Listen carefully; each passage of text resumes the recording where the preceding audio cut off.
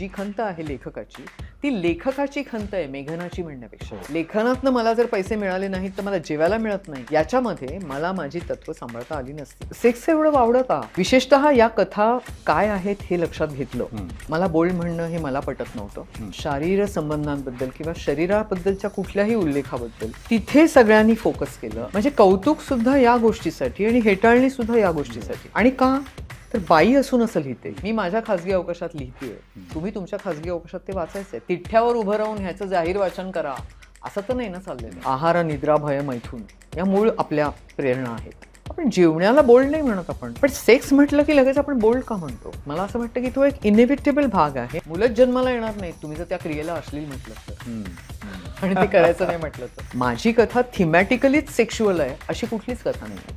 मी काही ब्युटिफाय करून सेक्स लिहिलेलं नाहीये चाळवण्यासाठी. त्याच्यासाठी पॉन आहे. त्या 3 दिवसाच्या संमेलनामध्ये एक सेशन माझीच मुलाखत होती आणि जवळजवळ 8-9 हजार लोक समोर होती आणि जवळजवळ 2.25 तास त्यांना गुंगवून ठेवलेलं होतं. आणि हे रेकॉर्ड झालेलं असताना मला 15 रुपयाची CD सुद्धा मिळालेली नाही आजपर्यंत. आणि 33 कोटीचं बजेट होतं.